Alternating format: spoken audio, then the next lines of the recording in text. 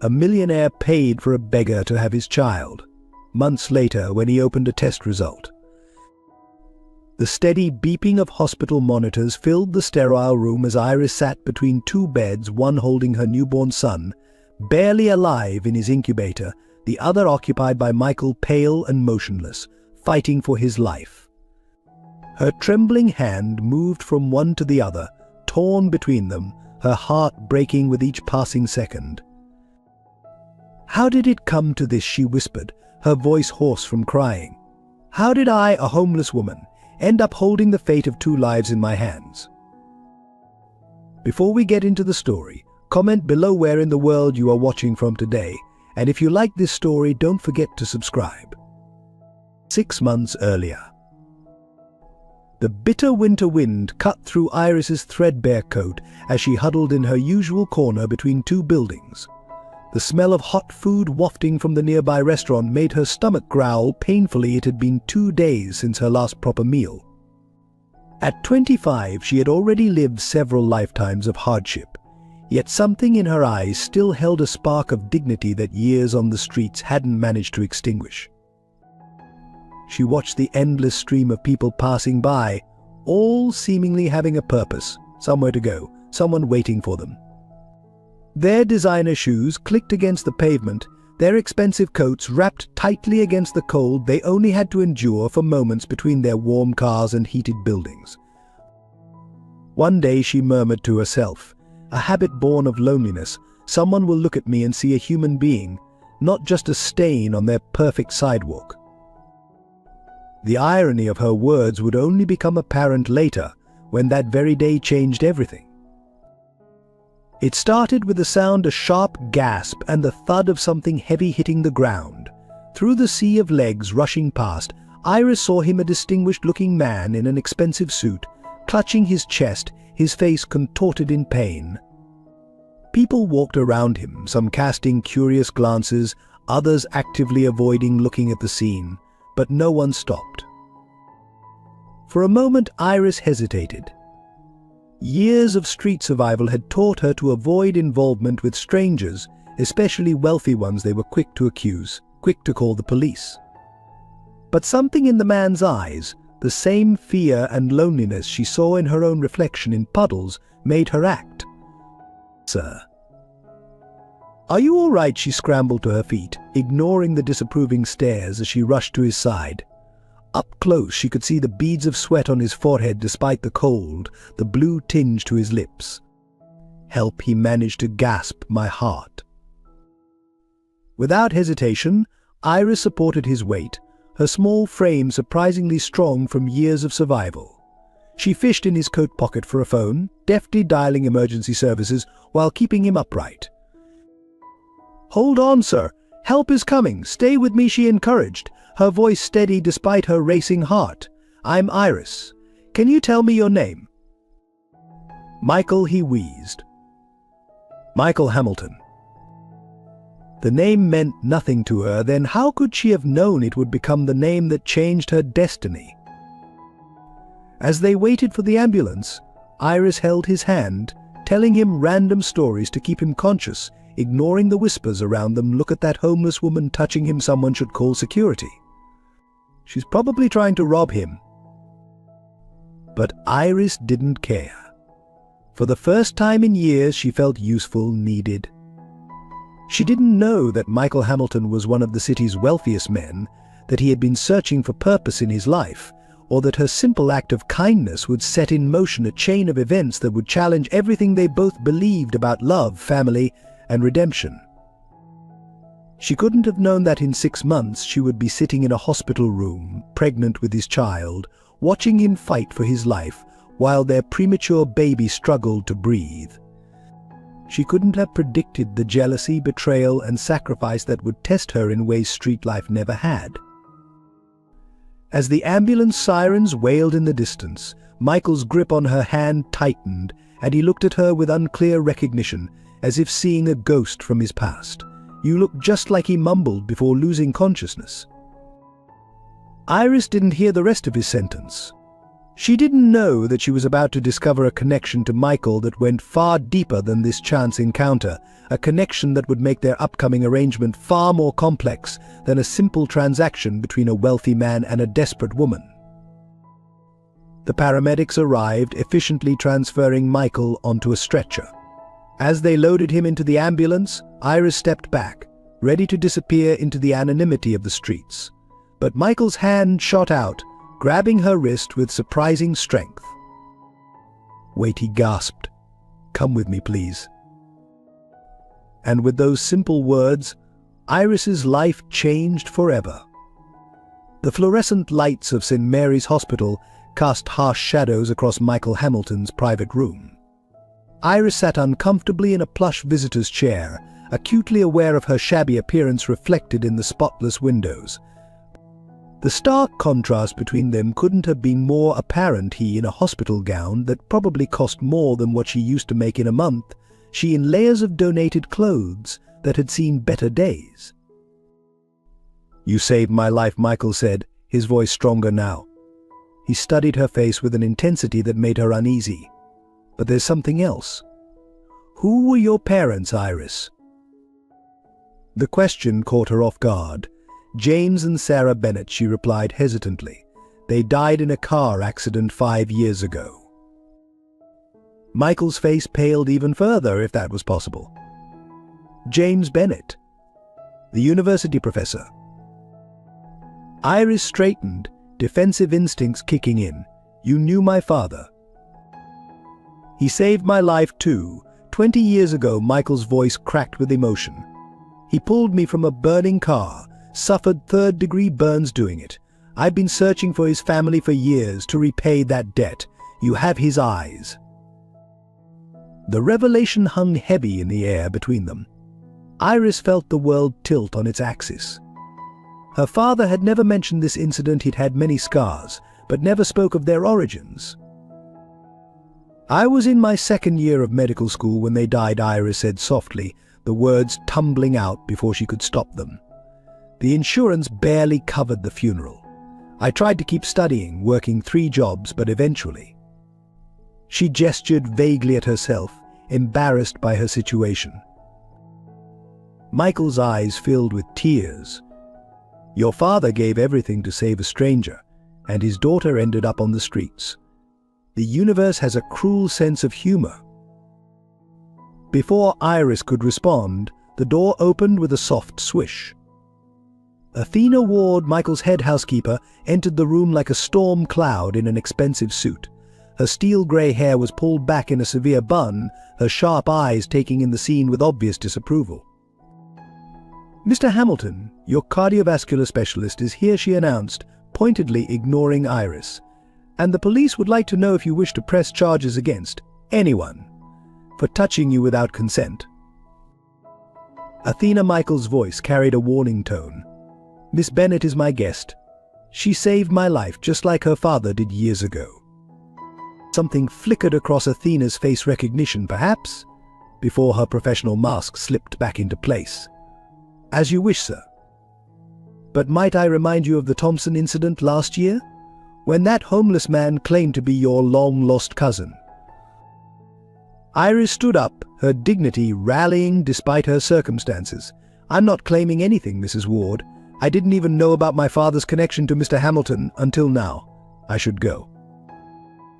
No, Michael's command stopped her. "Athena, please inform Frank that we'll need the guest suite prepared. Miss Bennett will be staying with us while we sort things out." The housekeeper's lips thinned to a nearly invisible line, but she nodded curtly and left the room. Through the closing door, Iris caught a glimpse of Frank Martinez, the estate's gardener, a kind-faced man in his 50s, who gave her an encouraging smile. "You don't have to do this," Iris said once they were alone. "I didn't help you for money or favors." "I know," Michael replied, his expression softening. "That's exactly why I want to help." But there's something else. He hesitated, seeming to weigh his next words carefully. "I received some test results this morning before my episode. I'm dying, Iris. Aggressive leukemia. The doctors give me 6 months, maybe a year." The confession hung heavy in the air. Iris felt an unexpected surge of compassion for this man who seemed to have everything, yet was facing the same inevitable end as any street person she'd known. "I'm sorry," she offered, the words feeling inadequate. "I've achieved everything I ever wanted in life," Michael continued, "except for one thing: a family. A child to carry on not just my name and fortune, but the values your father taught me about sacrifice and compassion." He took a deep breath. "I have a proposal for you, Iris, one that could change both our lives." Meanwhile, in the mansion's kitchen, Athena was gripping the marble counter so hard her knuckles turned white. Frank watched her from the doorway, concern evident on his weathered face. "It's happening again, isn't it?" he asked softly. Athena's shoulders tensed. "You don't understand, Frank. 20 years ago I lost everything to someone like her. Someone who played on sympathies, who seemed so genuine." She turned, revealing unshed tears. "My daughter trusted a homeless man, let him into our lives. He took everything, including her life. That's why Mr. Hamilton hired me. We both learned the hard way that kindness can be deadly." Frank shook his head. "But Iris isn't that man, Athena. I've watched her these past months, living in that alley. She shares what little food she gets with the stray cats. She helps old Mrs. Peterson carry her groceries, even though the woman never gives her anything in return." "People can be excellent actors when desperate," Athena replied coldly. "I won't let another predator destroy this household. I owe Michael that much." Back in the hospital room, Michael finished outlining his proposal. Iris sat in stunned silence, trying to process what she'd just heard. He wanted her to be a surrogate mother, to carry his child in exchange for financial security and a fresh start in life. "Why me?" she finally asked. "You could hire anyone, someone with a better background, better health." "Because you have your father's heart," Michael replied simply. "And because you help me without wanting anything in return. Those are the values I want my child to inherit." Iris looked out the window at the city skyline, at the streets that had been both her home and prison for the past 3 years. A chance at a new life beckoned, but at what cost? What neither of them knew was that this decision would set in motion a chain of events that would test them all: Michael's faith in human nature, Athena's ability to overcome her prejudices, Frank's loyalty, and most of all, Iris's strength to fight not just for survival, but for love. In the dying light of day, as the hospital shifted from day to night staff, 4 lives stood on the brink of transformation. Michael Hamilton, the dying millionaire seeking redemption through legacy. Iris Bennett, the homeless woman carrying the weight of her father's sacrifice. Athena Ward, the bitter housekeeper haunted by past tragedies. And Frank Martinez, the quiet gardener who would soon become an unexpected hero in their intertwined destinies. The stage was set for a story of redemption, sacrifice, and the unexpected ways that love can bridge the deepest divides. But first, Iris had to make a choice that would change everything. "I'll do it," she whispered, her voice gaining strength. "But I have conditions." And so began a journey that would challenge everything they thought they knew about family, trust, and the power of second chances. Little did they know that time was not on their side, and that the true test of their bonds would come sooner than any of them expected. The morning sun filtered through the mansion's towering windows as Iris followed Athena through what would be her new home. The housekeeper's heels clicked sharply against the marble floors, each step like a countdown to an explosion. "These will be your quarters," Athena announced, opening a door to reveal a suite larger than any apartment Iris had ever lived in. "Mr. Hamilton insists you be treated as a guest, not staff." However, her voice took on an edge of steel. "There are rules." Iris listened as Athena listed the restrictions. Certain areas were off limits. She wasn't to answer the main door or phones, and she should make herself scarce when visitors arrived. The message was clear: she was to be a ghost in this house. "One more thing," Athena added, turning sharply. "I've seen your kind before. If you're planning to take advantage of Mr. Hamilton's condition, know that I keep very detailed records of everything that happens in this house."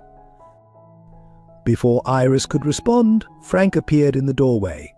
"Mrs. Ward, Mr. Hamilton is asking for you in his study." Athena left with one last warning glare. Frank lingered, his kind eyes meeting Iris's.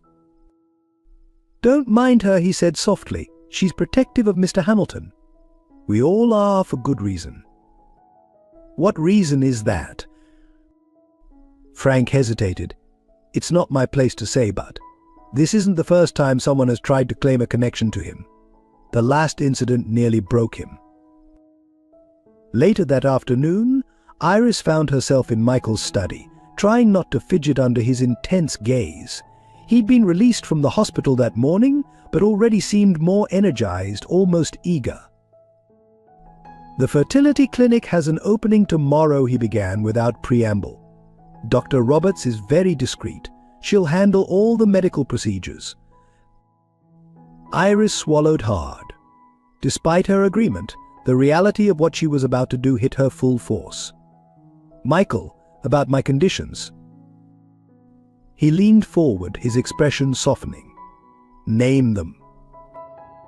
"First, I want to be involved in the child's life, not just as a surrogate, but as a real mother. Second, I want to study again, finish my medical degree. And third," she took a deep breath, "I want the truth about why you really chose me." Michael's face went through a series of emotions before settling on resignation. The truth, he opened a drawer and pulled out an old photograph. "This was taken the day after your father saved me." Iris's hands trembled as she took the photo. There was her father, much younger but unmistakable, his arms heavily bandaged, standing next to a teenage Michael. But what caught her attention was the woman standing between them. "Mum," she whispered. "Sarah was my doctor," Michael explained, his voice thick with emotion. "She treated my injuries, but more than that, she and James helped me through the trauma. I was a different person, then reckless, angry, destroying myself with drugs and alcohol. They showed me a better way to live." Tears blurred Iris's vision. "Why didn't they ever mention you?" "Because I asked them not to. I was ashamed of who I'd been. I wanted to make something of myself first, to be worthy of their friendship. When I finally got my life together and went looking for them." "They were gone," Iris finished, understanding dawning. "That's why you recognized me immediately. You have Sarah's smile, James's eyes. When I saw you on the street, helping me without hesitation, just like they would have. I knew it was a sign." He paused, weighing his next words. "But there's more. Your mother made me promise something the day before she died." Iris's head snapped up. "You saw her? Before the accident?" Michael nodded slowly. "She came to me, worried about you. You were struggling with medical school costs, refusing to ask for help. She wanted me to look out for you, but by the time I found out about the accident, you had disappeared." The revelation hit Iris like a physical blow. All those years on the street, thinking she was completely alone. "Why tell me this now?" she asked, her voice barely a whisper. "Because you deserve to know that this isn't charity or manipulation. This is me fulfilling a promise to two people who saved my life in every way possible." He leaned back, suddenly looking very tired. "The child we create will have an extraordinary legacy to live up to." Just then, Athena entered with Michael's afternoon medications. Her eyes narrowed at the sight of the photograph in Iris's hands. "Sir, should you be getting so emotional in your condition?" she asked, pointedly collecting the photo. "Actually, Athena," Michael said firmly, "I think it's time you knew the whole story too. Sit down, please." What followed was a conversation that would change the dynamics of the household forever. As Michael revealed the deep connection between himself and Iris's parents, even Athena's iron facade began to crack. "They saved you from becoming like him?" she asked, her voice uncharacteristically vulnerable. Michael nodded, understanding her reference to the man who had destroyed her family. "Yes, they showed me that true change is possible, but only through complete honesty and genuine redemption." Athena looked at Iris with new eyes, seeing for the first time not a threat but a legacy. Yet her protective instincts couldn't be completely silenced. "And the child?" she asked. "What guarantee do we have that?" "That I won't take the baby and run," Iris interrupted, standing up. "The same guarantee you have that I won't run now, my word. And my parents' memory." Frank, who had been quietly tending the study's plants, spoke up unexpectedly. "If I may, Mrs. Ward, sometimes faith in people isn't about guarantees. It's about giving them the chance to prove themselves." The room fell silent as his words sank in. Finally, Athena straightened her spine. "Very well," she said crisply. "If we're doing this, we'll do it properly. Miss Bennet will need a complete wardrobe, medical checkups, and proper nutrition. I'll make the arrangements." As she left the room, her military-precise steps slightly less hostile, Frank gave Iris an encouraging wink. "Welcome to the family," he said softly, "even if some of us take longer to show it than others." That night, as Iris lay in her new bed, surrounded by more luxury than she'd known in years, she looked at her reflection in the darkened window. Tomorrow, she would begin the journey to motherhood, carrying a child that would connect her forever to her parents' legacy. "Mom, Dad," she whispered to the stars, "I hope I'm doing the right thing." What she couldn't know was that the true test of her strength and the bonds forming in this unlikely household was still to come. The next 6 months would bring challenges none of them could anticipate, forcing them all to confront their deepest fears, prejudices, and capacity for love. As she drifted off to sleep, the last thing she saw was a shooting star streaking across the sky, a sign, perhaps, that her parents were watching, guiding her toward a destiny none of them could have imagined. If you found yourself moved by Iris's journey so far and wish to join her through the challenges, triumphs, and transformations ahead, we invite you to become part of our storytelling family. Your subscription is like a gentle promise to witness the unfolding of not just this tale, but many others that touch the heart and stir the soul.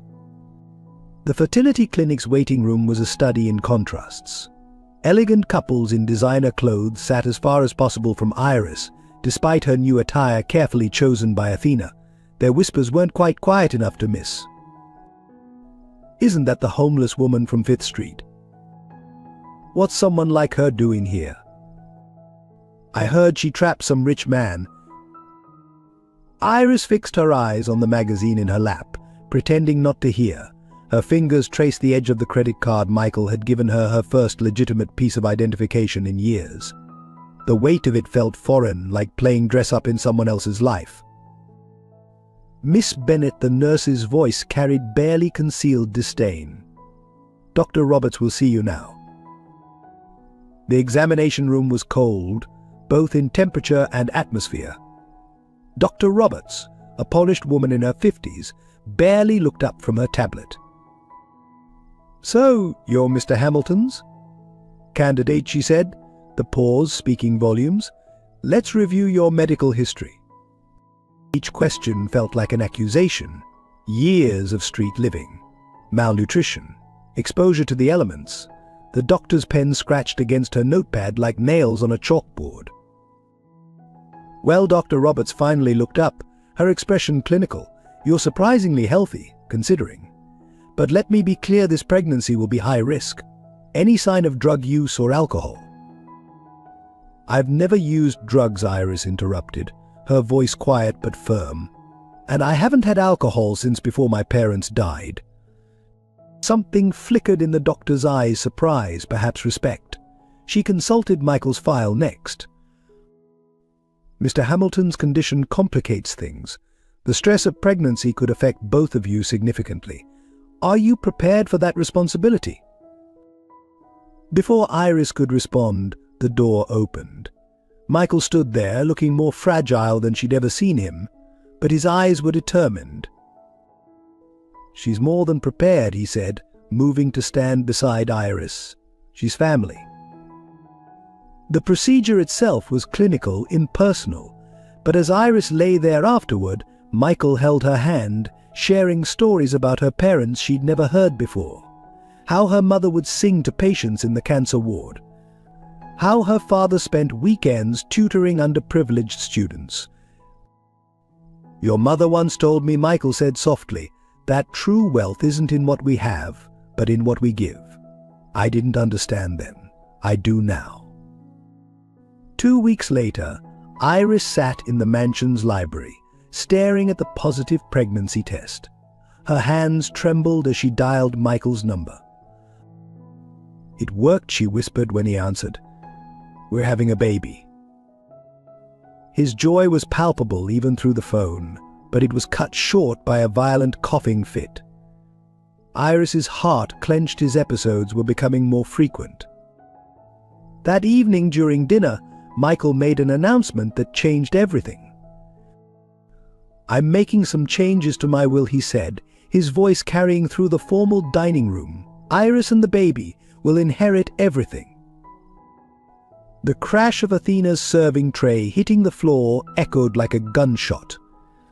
"Sir," she protested, "the board of directors, your business partners." "Will have to accept it," Michael finished firmly. "My mind is made up." Later that night, Iris found Athena in the kitchen, aggressively polishing already spotless silver. "I don't want his money," Iris said quietly. "I just want this child to know their father's love." Athena's hand stilled. "Do you know what happened the last time he trusted someone like this?" "No, but I know what happened to you." Iris stepped closer. "Frank told me about your daughter." The silver fork in Athena's hand clattered to the floor. He had no right. "No, but I needed to understand. Your daughter trusted the wrong person and you couldn't save her. But I'm not him, Athena. I'm not here to take advantage of anyone." "That's exactly what he said," Athena whispered, her voice breaking, "right before he killed her." The silence that followed was heavy with unspoken pain. "Then watch me," Iris finally said. "Document everything. Be my witness.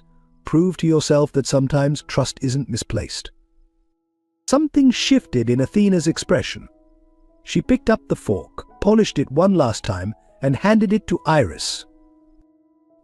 "The silver needs polishing every Sunday," she said briskly. "If you're to be the lady of this house, you should know how to maintain it properly."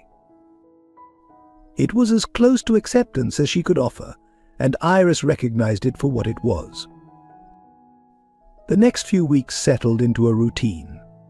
Mornings found Iris in the garden with Frank, learning about the roses her mother had apparently helped plant years ago. Afternoons were spent with tutors, catching up on the education she'd lost.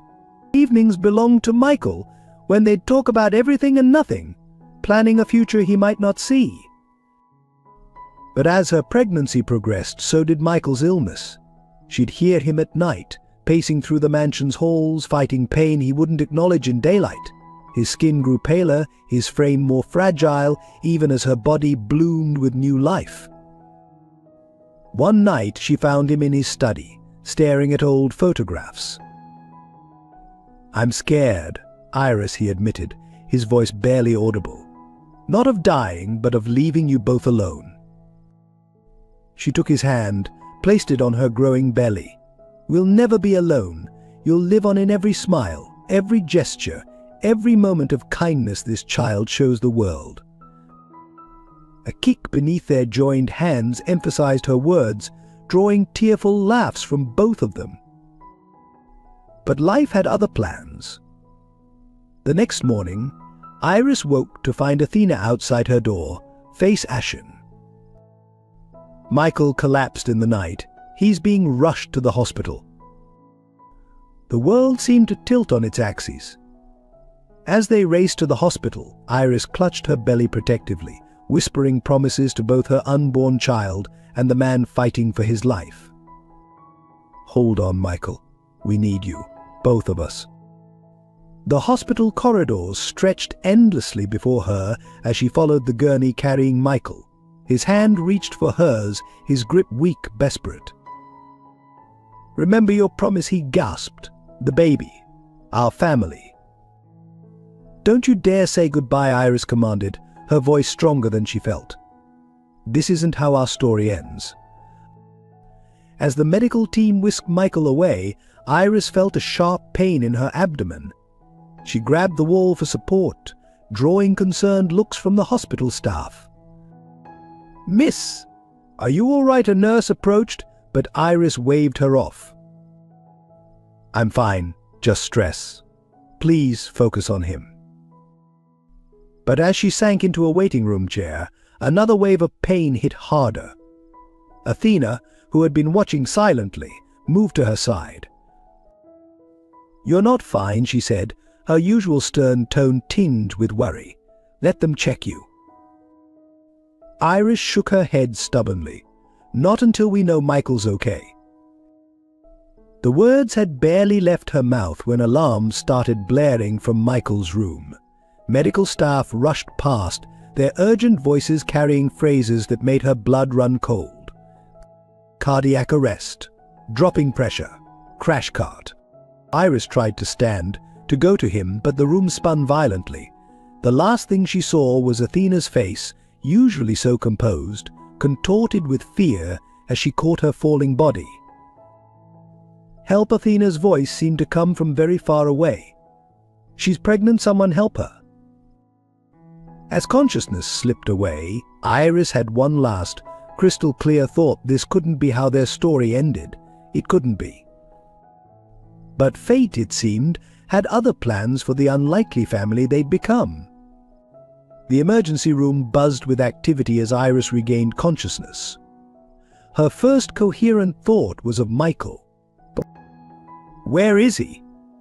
Is he... She couldn't finish the sentence. A nurse nearby barely glanced at her.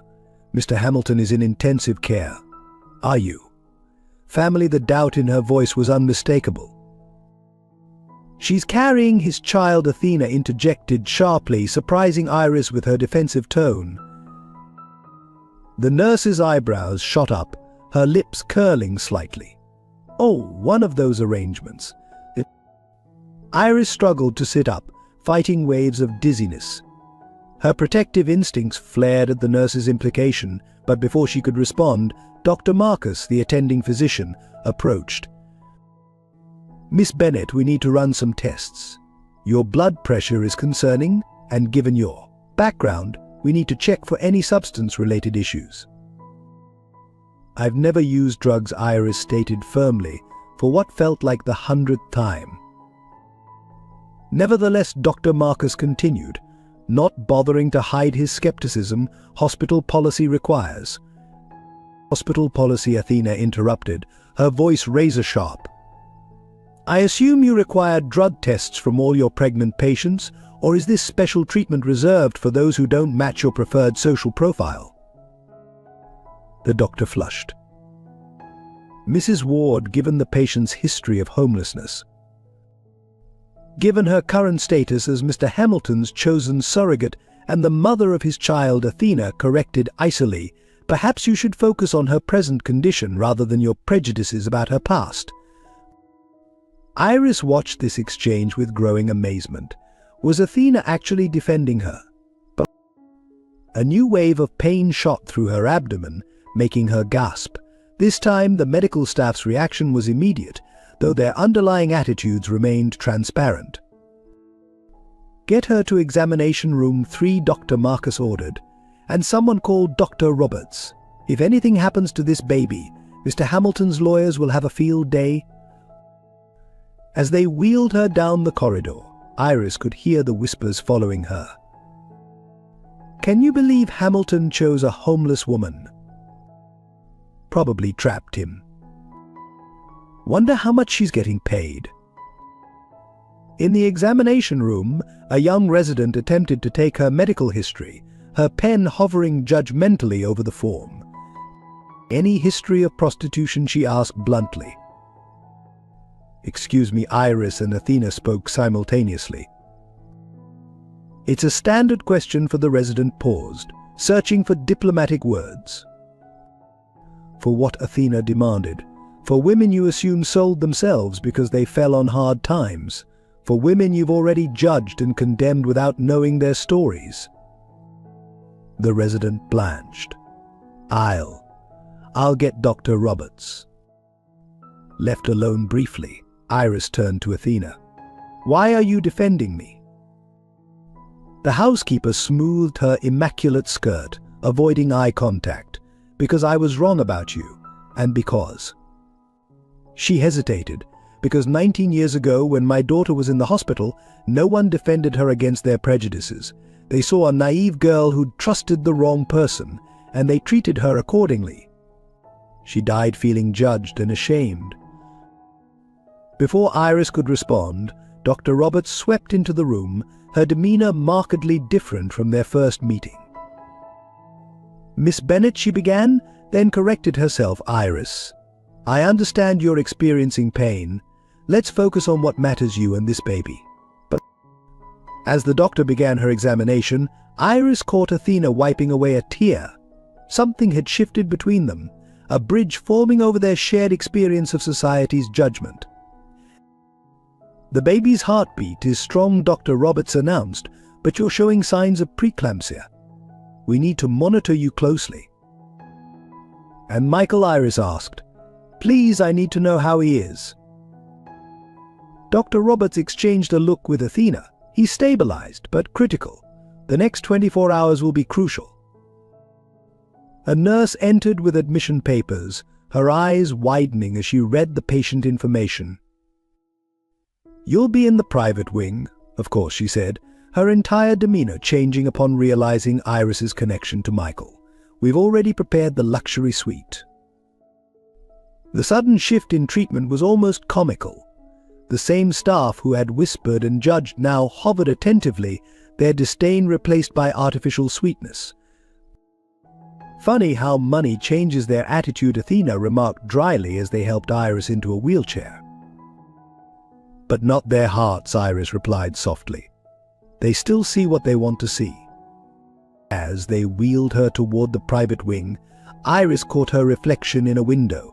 The same face that had been invisible on the streets now commanded attention and respect, not because of who she was, but because of whose child she carried.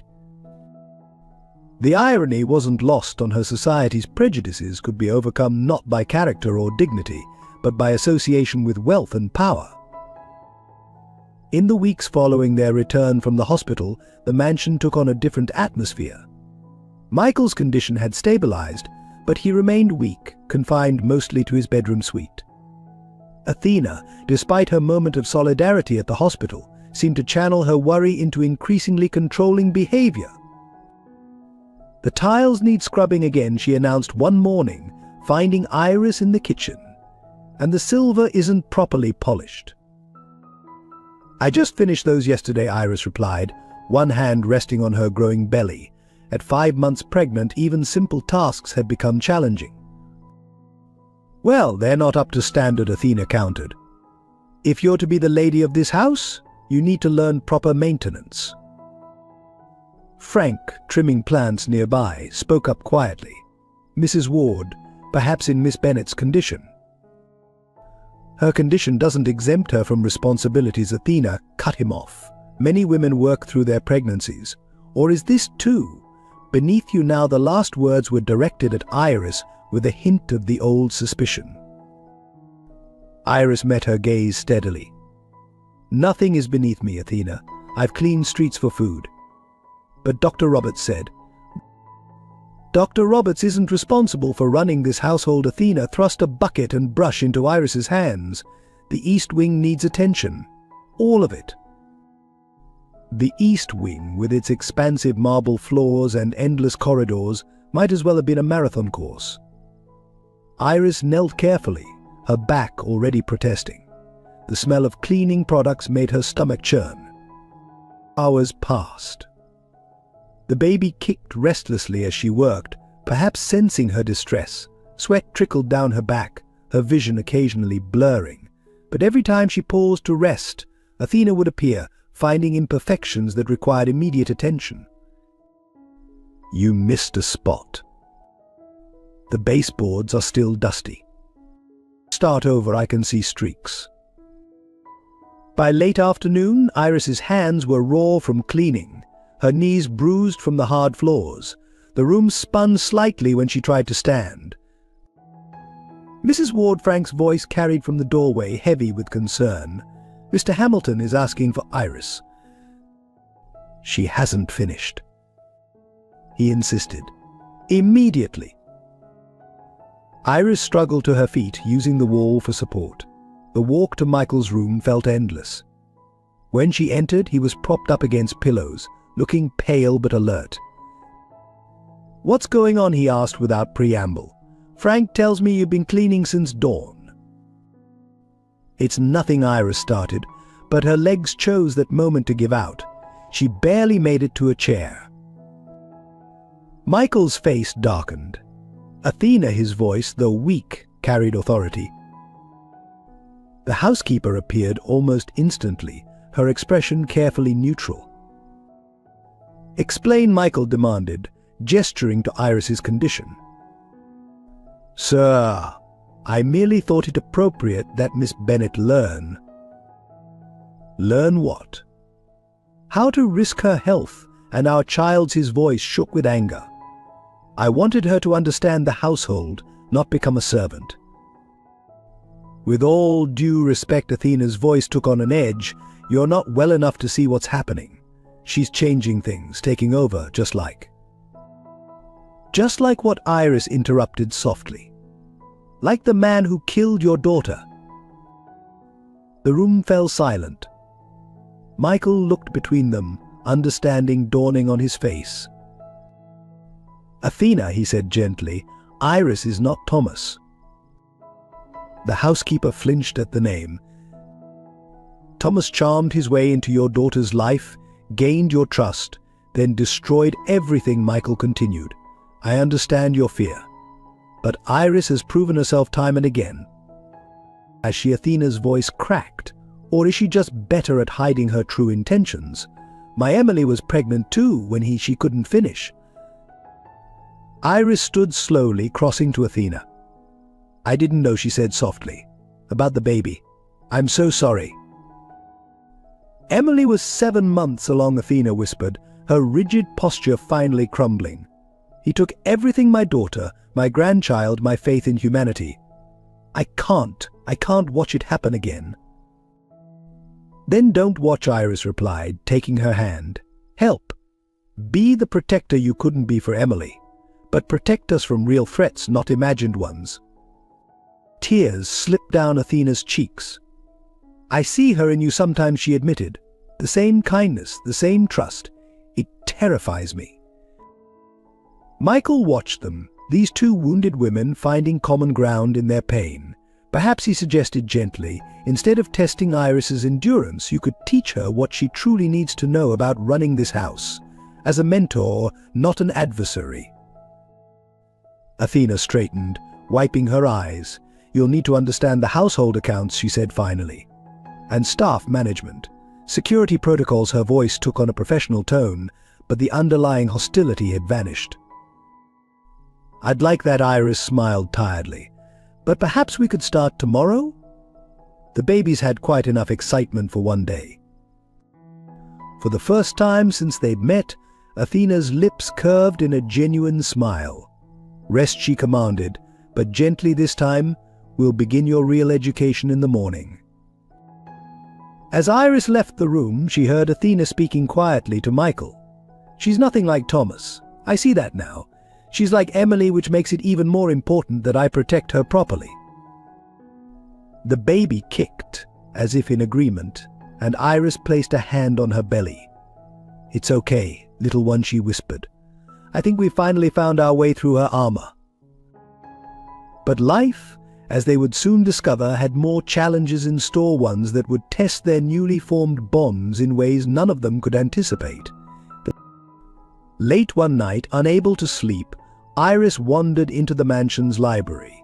To her surprise, she found Michael there, surrounded by old photo albums in the soft lamplight. "Can't sleep either?" she asked softly, settling into a nearby armchair. Michael smiled wearily, holding up a photograph. "Found these in the attic. Your parents' wedding day." Iris leaned forward eagerly. The photo showed her mother radiant in white, her father beaming. But what caught her attention was the young man standing beside them, Michael, decades younger, clean-shaven and bright-eyed. "You were Dad's best man?" he insisted. "Said I was living proof that people can change if given the chance." Michael's voice grew distant. "I was 6 months sober then. Your parents never gave up on me, even when I relapsed twice before that day." Iris studied the photo carefully. Mom's wearing the sapphire necklace. "You remember it?"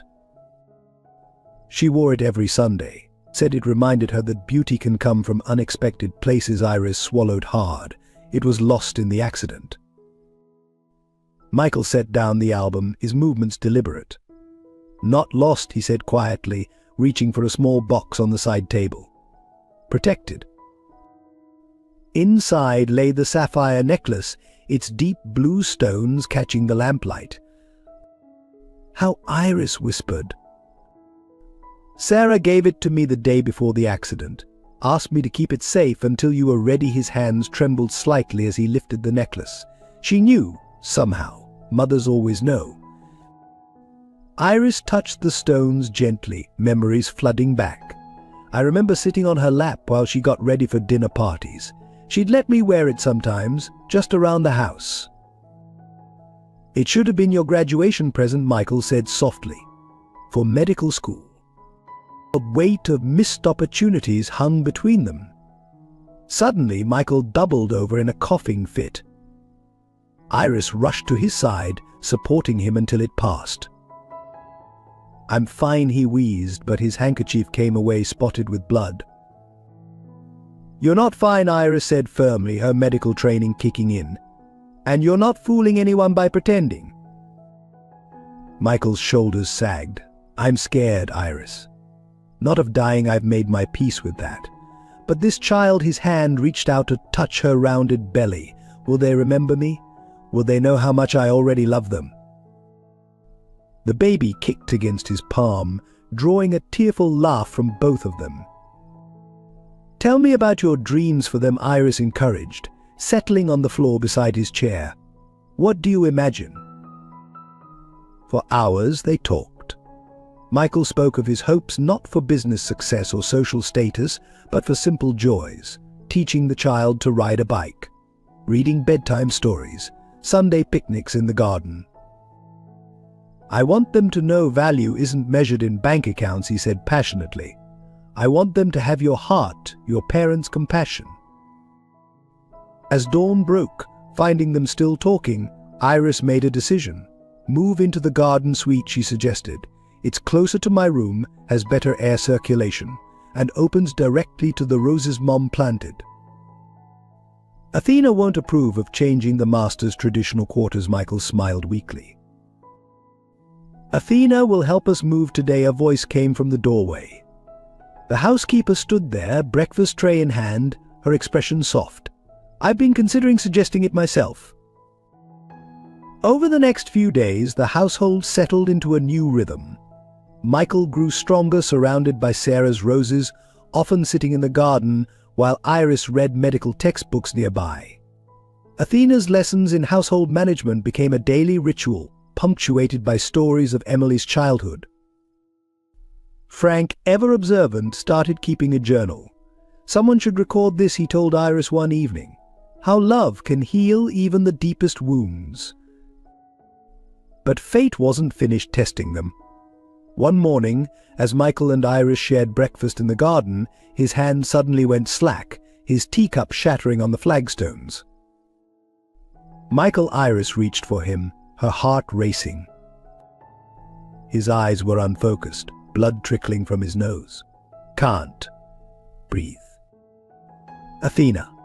"Frank, call an ambulance," Iris screamed, her medical training warring with her terror. As the ambulance wailed into the distance minutes later, Iris felt the first sharp pain in her abdomen. The baby, usually active, went ominously still. "No," she whispered, "not now. Please, not both of you." The universe, it seemed, had other plans. In the quiet hours between midnight and dawn, Frank Martinez sat in his modest gardener's cottage, carefully writing in a leather-bound journal. His weathered hands, still dirt-stained from tending Sarah's roses, moved steadily across the pages. Day 156 of the Hamilton Chronicles, he wrote. Something's changing in the mansion. It's not just the obvious Michael's declining health or Iris's advancing pregnancy. There's a deeper transformation happening, one that reminds me of watching a garden come alive after winter.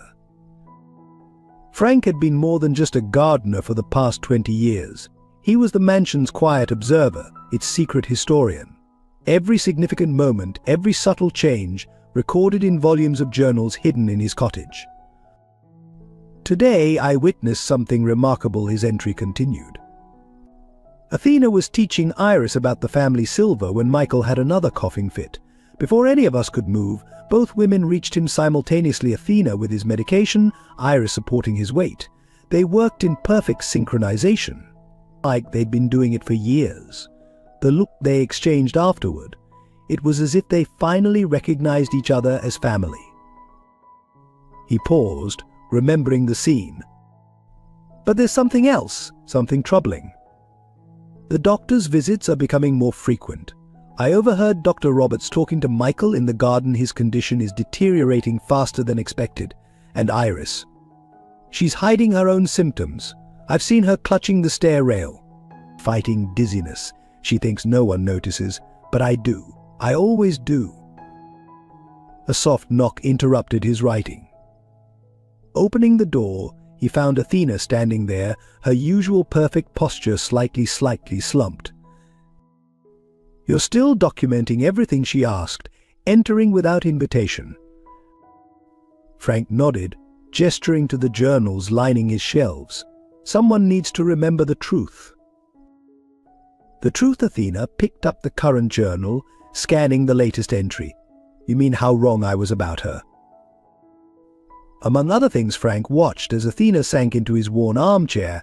You're worried about her too, aren't you? She's pushing herself too hard, Athena admitted, just like she trailed off. Like Emily did. Athena's sharp intake of breath confirmed his suspicion. You remember Emily? I remember everything, Athena. Including the real reason you were so hard on Iris at first. Frank pulled out an older journal, opening to a marked page. May 15th, 2005, Emily Ward visited the mansion today, seeking help. She was 7 months pregnant, desperate to escape Thomas. Athena turned her away, believing she was being manipulated again. 2 days later. Stop, Athena whispered. Please. You weren't protecting Michael from Iris, Frank continued gently. You were trying to protect Iris from what you thought was your mistake with Emily. Tears slipped down Athena's cheeks. I should have believed my daughter, if I had just listened. And now you see history repeating itself, another pregnant young woman, another life in the balance. But this time you have a chance to make a different choice. Athena stood abruptly, moving to the window. Outside, the mansion's lights glowed softly in the darkness. I'm not making the same mistake again, Frank. I won't lose another one. Frank returned to his journal, adding sometimes redemption comes in unexpected forms. For Athena, it's the chance to protect the daughter she couldn't save. For Michael, it's leaving a legacy of love rather than wealth. For Iris, it's building the family she lost. And for me, perhaps it's being their witness, their chronicler, their keeper of truth. What do your journals say about me? Athena asked suddenly. Frank smiled sadly.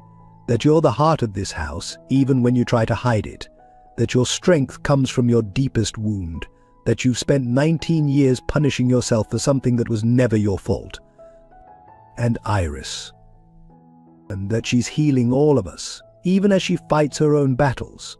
That she carries not just Michael's child, but the hope for redemption this house has been waiting for. A sudden commotion from the mansion interrupted them, lights flashing on, voices raised in alarm. But something's wrong, Athena whispered, already moving toward the door. Frank grabbed his journal and followed. As they rushed across the moonlit garden, he couldn't shake the feeling that tonight's entry would mark either the beginning of healing or the start of another tragedy. His final words hung unfinished on the page.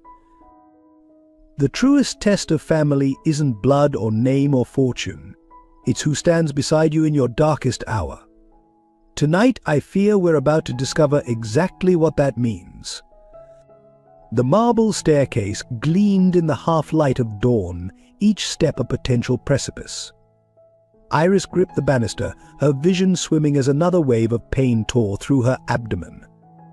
The usually immaculate floor beneath her feet was marred by drops of blood. "Help," she whispered, but her voice was too weak to carry beyond the empty hallway.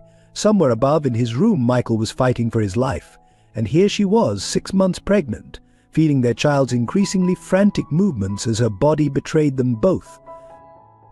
The first signs had come during her morning check on Michael. He'd been unconscious, his breathing shallow, skin like parchment. When she tried to call for help, her phone had slipped from suddenly numb fingers, shattering on the floor. Now each step down was a battle. Her medical training screamed warnings in her head: preeclampsia, placental abruption, the terrifying possibilities multiplied with every passing moment. Just a few more steps, she encouraged herself, though the bottom of the staircase seemed miles away.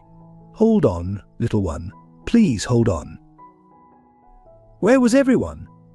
Athena should have been awake by now, starting her morning routine. Frank usually began his garden work at dawn, but the mansion remained eerily silent, as if holding its breath. Another step. Her hand left bloody prints on the pristine banister. The irony wasn't lost on her. How many times had Athena made her polish this same railing until it shone? Should have waited. Should have called for help first, she muttered, but she knew why she hadn't. The last time she'd asked Athena for help with Michael, the housekeeper had dismissed her concerns as attention-seeking. Crying wolf, she'd called it. The world tilted suddenly, forcing Iris to sink to her knees. The cold marble pressed against her skin as another contraction ripped through her, too early, too violent. Her baby kicked frantically, as if sensing the danger. "I'm sorry," she whispered, one hand cradling her swollen belly.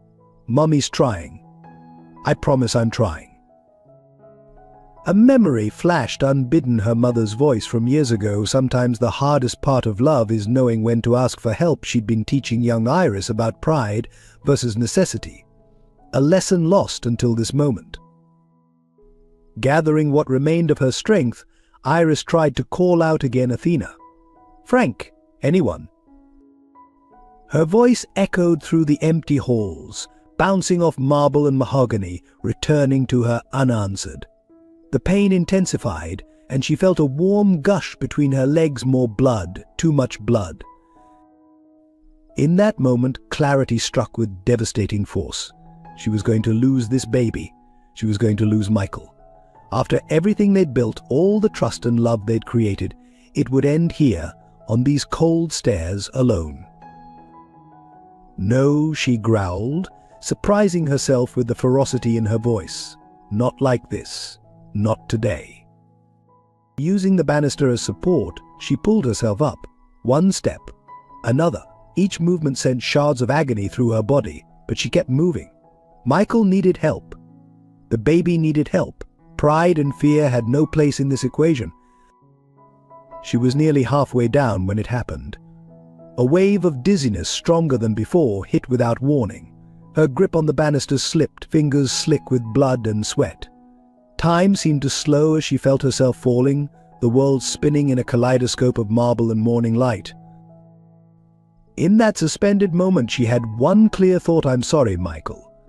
I tried to be strong enough." Then gravity took hold, and the world went black. The sound of her body hitting the bottom of the stairs echoed through the mansion like a gunshot. Blood began to pool around her still form, seeping into the pristine marble in a gradually widening circle. Above, in Michael's room, monitors began to scream their warnings into the empty air. Below, Iris lay motionless, one hand still protectively curved around her belly, her mother's sapphire necklace glinting in the dawn light, a final touch of beauty in a scene of devastating tragedy. The mansion held its breath, waiting for anyone, to break this terrible silence. Frank's morning always started the same way, checking the roses at dawn. But that morning something felt wrong. The air itself seemed heavy with foreboding, and Sarah's roses had closed their blooms despite the rising sun, as if sensing impending tragedy. He was crossing the grand foyer when he saw a trail of blood droplets leading to the main staircase.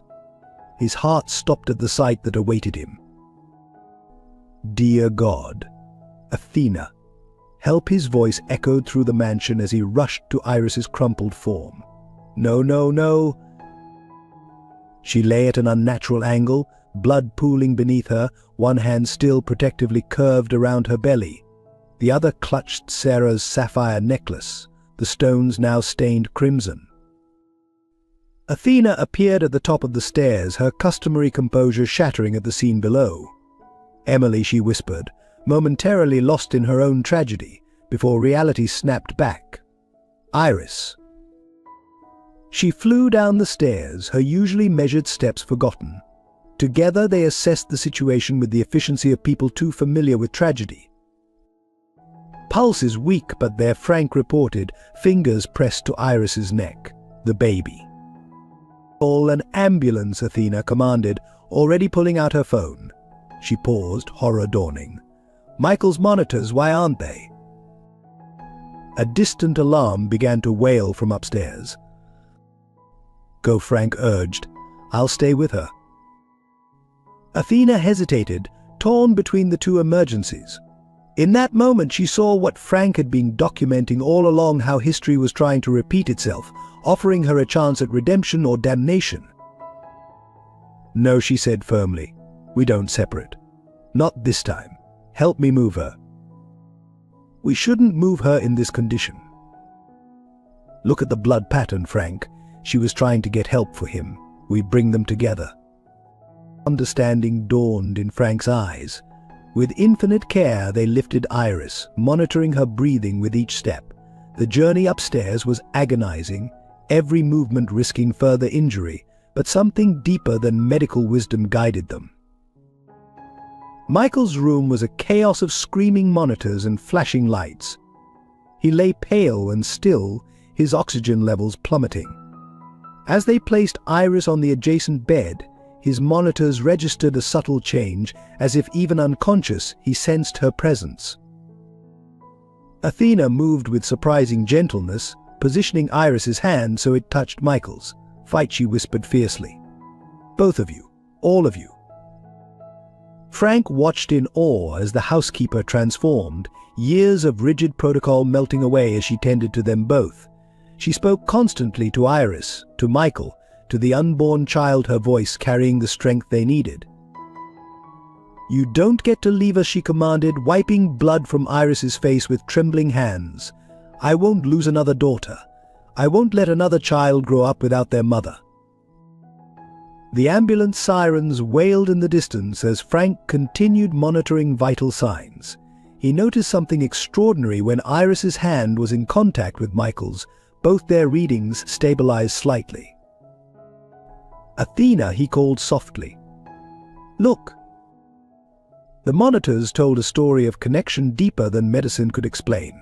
Two hearts, three lives, linked by more than blood or circumstance. The paramedics burst in, quickly assessing the situation. As they prepared both patients for transport, one of them tried to separate Michael and Iris's joined hands. "Don't," Athena commanded with such authority that even the medical professionals paused. "They stay together. They fight together. Ma'am, protocol requires." Protocol, Athena's voice carried years of pain and determination. 19 years ago, protocol separated a mother and child. Not today. Today we change the story. Frank watched as his fellow keeper of the house's secrets finally embraced her own truth. He knew his journals would record this moment, not just the tragedy, but the transformation. As they followed the ambulances into the breaking dawn, Athena gripped Frank's hand with surprising strength. "You've been documenting everything," she said quietly. "Tell me truthfully, do they have a chance?" Frank thought of all he'd witnessed, the healing, the bonds formed, the love that had transformed them all. "They have more than a chance," he replied. "They have family." The hospital loomed ahead, its emergency lights painting the sky in urgent colors. Inside those walls, 3 lives hung in the balance, but they weren't fighting alone anymore.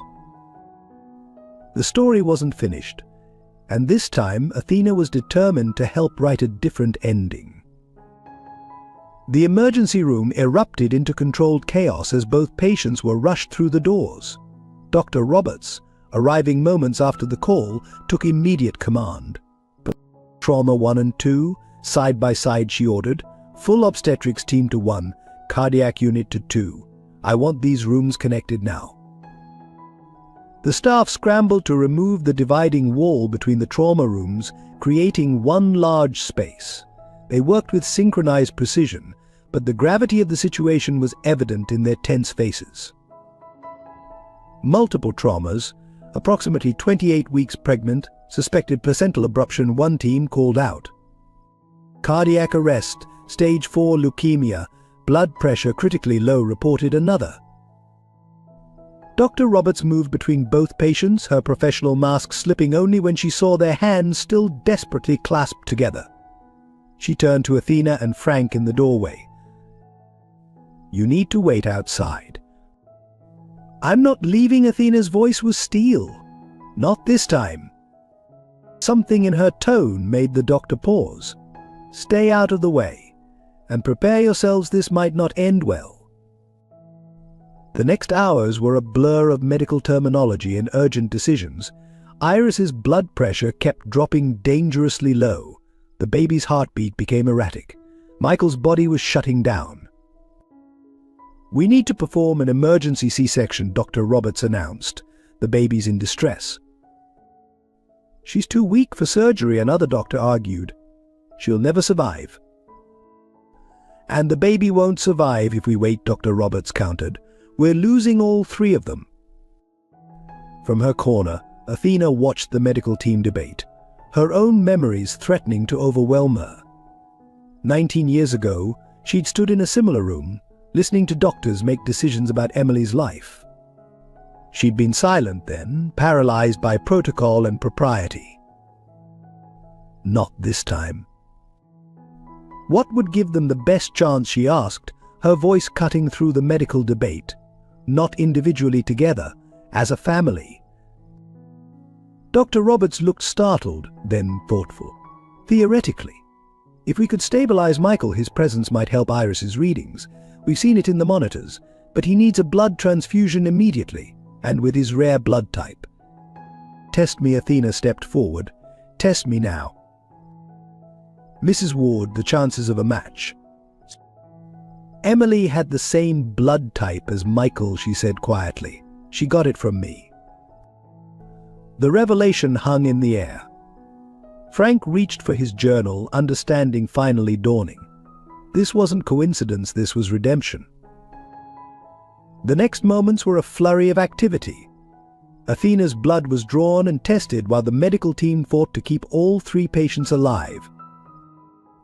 "It's a match," the lab technician announced, rushing in. "Perfect match." Athena was already rolling up her sleeve. "Take what you need, take it all." As her blood flowed into Michael's veins, the monitors began to show improvement. His color slowly returned, his readings stabilized. "BP rising," someone called out. "He's fighting back." Iris's monitors also showed positive changes, as if she somehow sensed Michael's improvement. The baby's heartbeat grew stronger, more regular. "Now," Dr. Roberts commanded, "we do the C-section now while they're all stable." What followed was a delicate dance of medical expertise and human determination. As doctors worked to deliver the baby, Athena continued giving blood, her own strength waning but her resolve unshaken.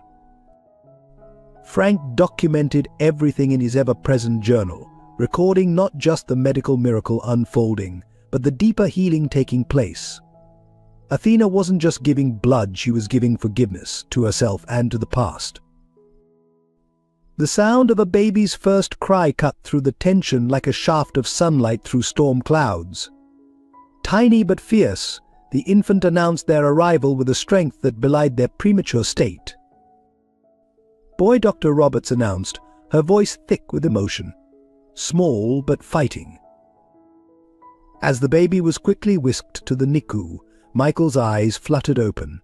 His first conscious moment in hours was met with the sound of his son's cry. "Iris," he whispered, turning his head weakly. "Still with us," Dr. Roberts assured him. "Still fighting." Athena, pale from blood loss but sitting straight and proud, watched as 3 lives hung in perfect balance. The past and present merged in this moment of crisis, offering a chance to rewrite old tragedies. "You see, Emily," she whispered to herself, "this time we got it right." In the sterile confines of the NICU consultation room, Dr. Roberts faced the assembled family with grave news. "We've identified the issue," she began carefully. "Michael's body is rejecting conventional treatments, but there's a possibility," she paused, weighing her words. "The baby's umbilical cord blood contains stem cells that could potentially save Michael's life." The silence that followed was deafening.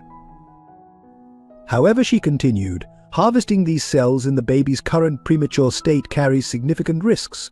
We'd essentially be choosing between father and son." Athena, still weak from her blood donation, gripped Frank's hand. "There has to be another way." "Time is critical," Dr. Roberts explained. "Michael's condition is deteriorating rapidly, and the baby's fighting for every breath. We need a decision within the hour." Frank opened his journal, flipping to a particular entry. "What about Iris? Doesn't she have a say?" "Iris remains unconscious," Dr. Roberts replied softly. "As Michael's listed next of kin and the baby's father, the decision falls to him." They found Michael in the ICU, looking frail but alert. When Dr. Roberts explained the situation, his response was immediate. "Save my son," he said firmly. "Don't risk his life for mine." "Michael," Athena protested. "Think about what you're saying. The baby needs a father."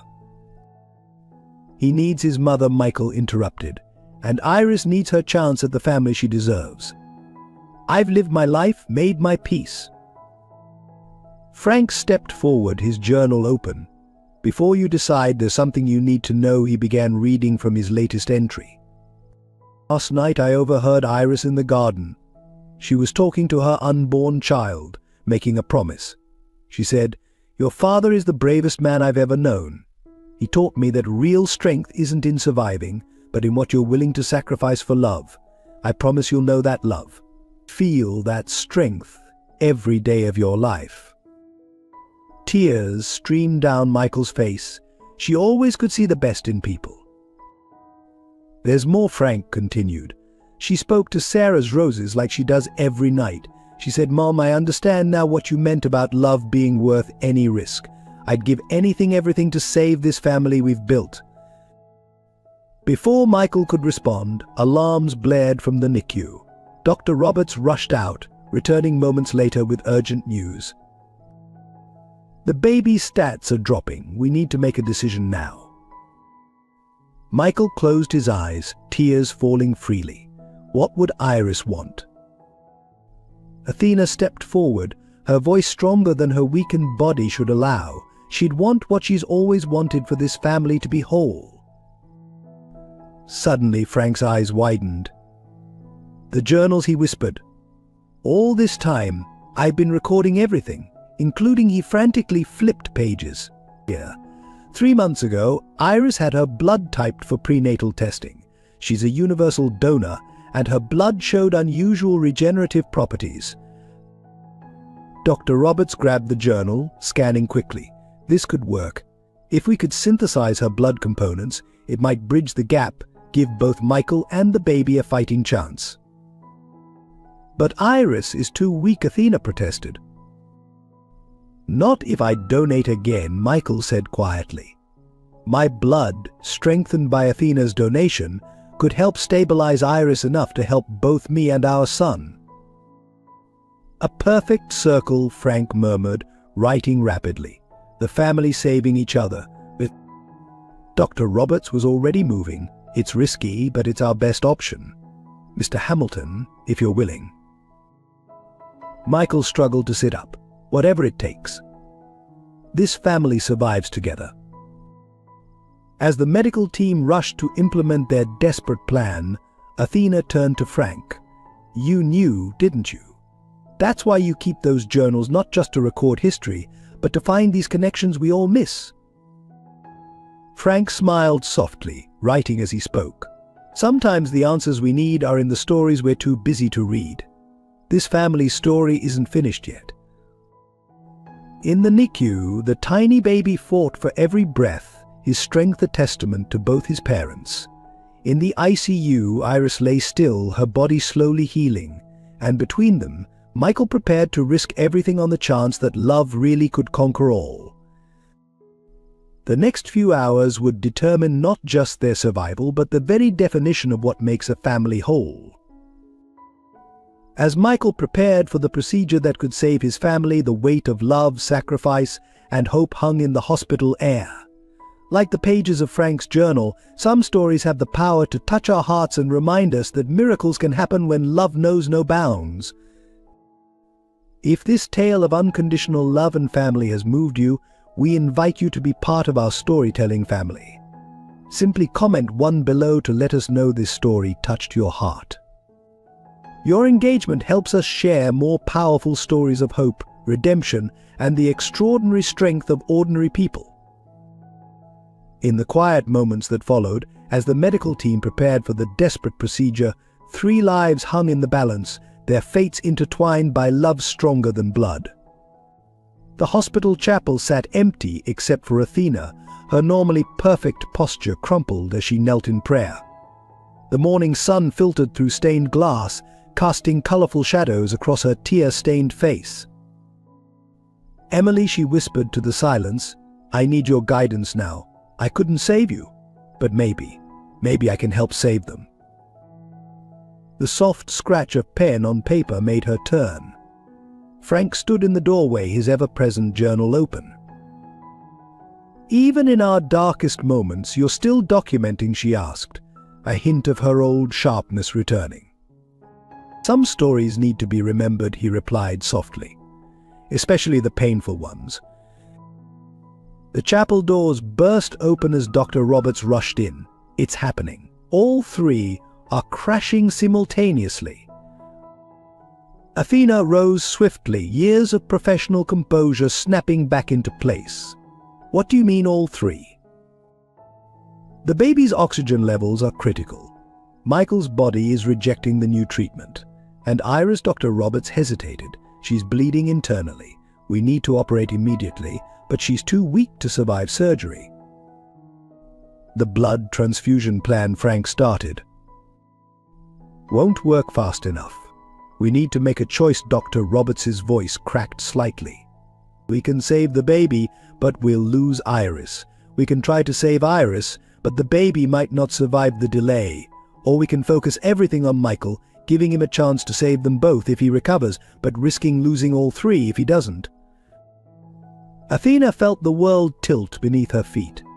This was Emily all over again, impossible choices, lives hanging in the balance, time running out. Who makes this decision, she managed to ask. That's why I came to find you. Iris is conscious. The walk to ICU felt endless. Each step echoed with memories, Emily's last moments, the choices Athena hadn't made, the words left unsaid. They found Iris awake but barely conscious, her skin nearly as white as the hospital sheets. Michael lay in the next bed, connected to what seemed like endless machines, his hand still reaching toward hers even in unconsciousness. Iris, Dr. Roberts spoke gently. We need your decision." Iris's eyes, so like her mother's, found Athena's. Tell me about Emily." The request caught Athena off guard. "What?" "Frank's journals. I read them. When you lost her. What did she say at the end?" Athena moved closer, taking Iris's cold hand. She said she was sorry she couldn't stay to see her baby grow up, that she hoped I'd love them enough for both of us. Tears fell freely now. "But I failed her. I couldn't even look at her baby after." No, Iris's voice was barely a whisper. "You didn't fail. You were hurt, and hurting people sometimes can't see past their pain. But you're here now. You're fighting now." A monitor began beeping urgently. Dr. Roberts checked the readings, her face grim. "Iris, we need your choice. Now."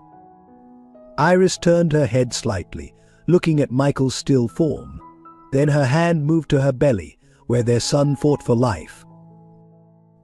"My mother," she breathed. "She used to say that love isn't about holding on. It's about knowing when to let go." "Iris, please." Athena gripped her hand tighter. "Don't do this." "Save them," Iris said with sudden clarity. "Save my boys, both of them." "You'll die," Dr. Roberts stated bluntly. A small smile touched Iris's pale lips. "No, I'll live on. In them. In the family we built." She turned to Athena. "Promise me. Promise you'll tell them about love. Real love, the kind that gives everything without expecting return." Frank's pen moved rapidly across the page, recording every word, every moment. He knew this scene would be read and reread, a testament to the power of sacrifice and the true meaning of family. "Take me to surgery," Iris commanded with the last of her strength. "Let me give them their chance." As they wheeled her toward the operating room, Athena running alongside, Iris spoke one last time. "Emily would be proud of you, Athena. You learned to love again. That's what matters in the end." The operating room doors swung shut, leaving Athena and Frank in the hollow silence of the corridor. In the chapel below, the morning sun continued to paint its colors across empty pews, indifferent to the drama of life and death unfolding above. But this story wasn't finished. Sometimes the greatest miracles come after the darkest moments, and sometimes the truest strength lies not in the choice to die, but in the reasons we choose to live. The operating room buzzed with controlled urgency as the medical team prepared for the impossible task ahead. Dr. Roberts stood over Iris, her usual professional detachment cracking slightly. "Last chance," she whispered. "We could still try." "Save them." Iris's voice was faint but determined. "Promise me." Outside in the corridor, Athena paced relentlessly while Frank wrote, his pen never stopping. The words flowed like a prayer. "Some sacrifices are beyond measure, beyond understanding. Watching Iris choose to leave this world so her family might live, I'm reminded of another mother's sacrifice 19 years ago. But this time the story might have a different ending." His writing was interrupted by a code blue alarm from Michael's room. Both he and Athena rushed in to find Michael conscious, fighting weakly against the medical team. "Iris," he gasped. "Where's Iris?" Athena reached him first. "Michael, you need to stay calm." "I heard them." He struggled to sit up. "They're going to let her die to save us. I won't allow it." The monitors screamed as his heart rate spiked dangerously. Dr. Roberts rushed in from pre-op. "Get him stabilized," she ordered. "We can't lose both of them." Both Michael's eyes widened in understanding. No, take my blood, take everything. Save her." "It's her choice," Michael Frank said softly. "She's choosing love." "This isn't love," Michael's voice broke. "Love is living together, watching our son grow, building the future we dreamed of." But even as he protested, his body betrayed him. The monitors showed his organs beginning to fail, his strength fading. In the operating room, Iris lay silent now, the anesthesia taking hold. The surgical team worked with precision, knowing they were racing against 3 times the baby's, Michael's and Iris's own failing body. BP dropping, a nurse called out. Baby's heart rate declining, another reported. Dr. Roberts took a deep breath. We proceed as planned. Her sacrifice won't be in vain. Back in the ICU, Michael had fallen unconscious again, but his monitors showed something extraordinary. Every time Iris's condition weakened, his readings followed as if their lives were somehow synchronized, tied together by something stronger than medicine could explain. Athena noticed it first. They're connected, she breathed, just like Emily and her baby Frank finished, writing rapidly. The monitors showed the same pattern then. A new alarm sounded from the operating room.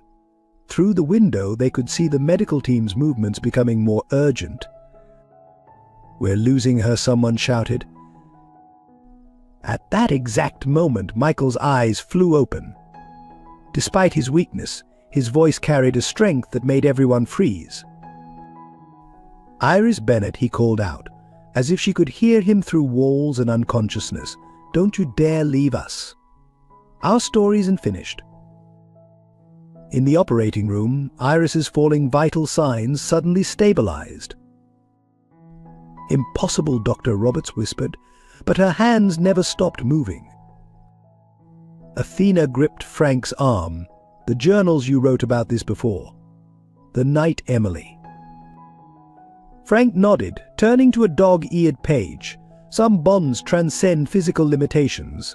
Emily's last words reached her baby somehow, gave them strength to survive. Now history offers another chance. The next hours passed in a blur of medical procedures, prayers, and Frank's constant documentation. The baby was delivered tiny but fighting, just like his mother. Michael's condition wavered between life and death, his body struggling to accept the treatments that might save him. And Iris. Iris lay suspended between worlds, her sacrifice either a final gift of love or the beginning of a miracle. As dawn broke over the hospital, Dr. Roberts emerged from surgery, her scrubs stained with blood, her face unreadable. She's alive, she announced, her voice thick with emotion. Barely, but she's fighting. And the others, Athena asked, hardly daring to hope. The baby's in NICU, stable for now. Michael's showing slight improvement, but the next 24 hours are crucial for all of them. Frank wrote steadily 3 lives, bound by love and sacrifice, now hang in perfect balance. The price of their survival has been paid in blood and tears, but perhaps the greatest miracle isn't in the saving of life, but in what that life means to those left behind. Athena stood at the window, watching the sunrise paint the sky in shades of hope. Emily, she whispered, watch over them, guide them home. The tragedy wasn't over, but neither was the story. Sometimes the deepest wounds lead to the most profound healing, and sometimes the greatest love stories are written in moments of deepest despair. The NICU's artificial lighting cast harsh shadows across the tiny form in the incubator. Against all medical predictions, the baby, whom the nurses had started calling Little Warrior, fought with a determination that seemed to come from somewhere beyond his fragile body. Athena stood watch, one hand pressed against the clear plastic barrier, her usual composure cracking with each labored breath the infant took. The scene was hauntingly familiar, another tiny life struggling to survive, another mother hanging between life and death.